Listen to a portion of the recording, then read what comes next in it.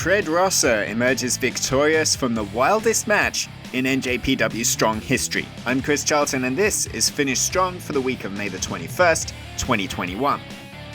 Collision continued this week on NJPW Strong with a war to settle the score between Fred Rosser and Hikuleo, our main event. But after recent weeks have seen the balance of power shift dramatically on Friday nights, there wasn't a moment anyone could afford to miss this week. The action all started with Alex Coughlin taking on Bateman in singles competition.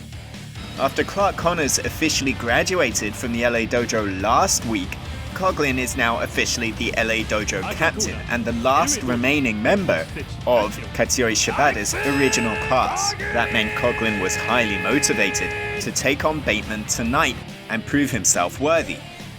Coughlin was quick to try and find an advantage on his opponent and managed to find an opening on Bateman's arm until his twisted opponent fish-hooked out of trouble. As he continued to be frustrated by Alex Coughlin, Bateman had no choice but to claw at the face to stop the LA Dojo member's momentum, and then created his own opening by targeting Alex's neck. A snap-side suplex did a hefty amount of damage, and although Coughlin was able to fire up with a spectacular flying tackle and a deadlift gut-wrench suplex, Bateman again cut him off with a Northern Lights bomb for 2. Coughlin again looked for Bateman's arm, but an elbow to the back of the head was followed by This Is a Kill, the Tombstone Piledriver, to secure victory for Bateman. Second on the billing, and as Team Filthy's leader gets ready for next week's title match, the only other two members remaining on Team Filthy, JR Kratos and Danny Limelight, took on Brody King and Carl Fredericks in tag team action.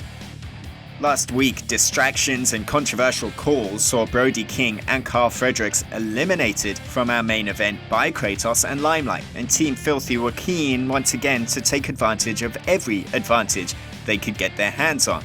After a jump start, Limelight and Kratos took control on Fredericks. Kratos was able to maul Carl and rock the Alpha Wolf with heavy knockout slaps and a massive lariat. But when Danny Limelight rattled kicks off to Carl Fredericks, the radioactive Pappy only succeeded in firing the Alpha Wolf up. A big spinebuster led to a tag to Brody King, and the two super heavyweights, Brody and Kratos, teed off against one another.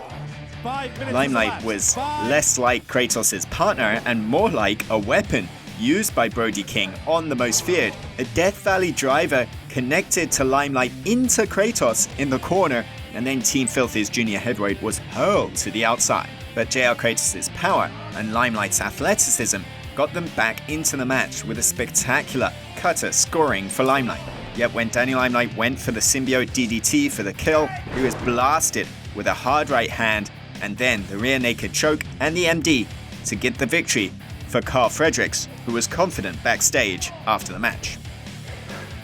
Undermined, underhand, jumpstart, all that work, all that talk, all the stuff you do, all the talk. It all took was 1 second off with their little stupid head, and you don't matter no more. Same thing with everybody else. Brody, thank you. We got plenty more work to do. Wins win, baby. Let's go! Team Filthy. You're dead. Then it was time for a wild, no disqualification main event. Hikuleo was ready for war when he got to the ring, but Fred Rosser was even more ready as he surprised the young gun with a lariat off the top.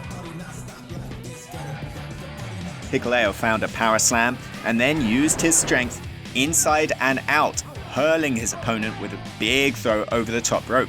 On the floor, Hikuleo grabbed a chair, and although Fred Rosser was able to avoid the chair shot, he did take steel in the form of the ring post instead. From there though, things truly did get crazy. Both men fought to the outside, not just outside the ring, but outside the entire building and into the ring truck. And when the suntan Superman tried to use the truck shutter on Hikuleo's head, the Bullet Club member cut off Fred Rosser and went for the same move himself. Rosser narrowly avoided serious injury and then dove out of the truck onto his big opponent before they fought back ringside. The young gun hot-shot Fred Rosser onto the guardrail and then wanted a Tongan driver off the apron through a table set up at ringside. But Rosser was able to counter with a bulldog that sent both men crashing into the furniture. Hobbled but unwilling to give in, Rosser managed to pull himself and Hikuleo to his feet, landing the gut check and then a basement dropkick to secure victory in a match we'll be talking about for a long time to come. Speaking of memorable clashes, next week's main event is sure to be just that. For the first time ever, the Strong Openweight Championship will be defended as the first champion Tom Lawler takes on teammate no more, Dirty Daddy Chris Dickinson. Will the filthy era be a short one, or will Tom Lawler manage to retain? Find out next Friday, 10/9 Central on njpwworld.com. That's it, we've finished Strong for another week. Until next time, go kigenyo, sayonara.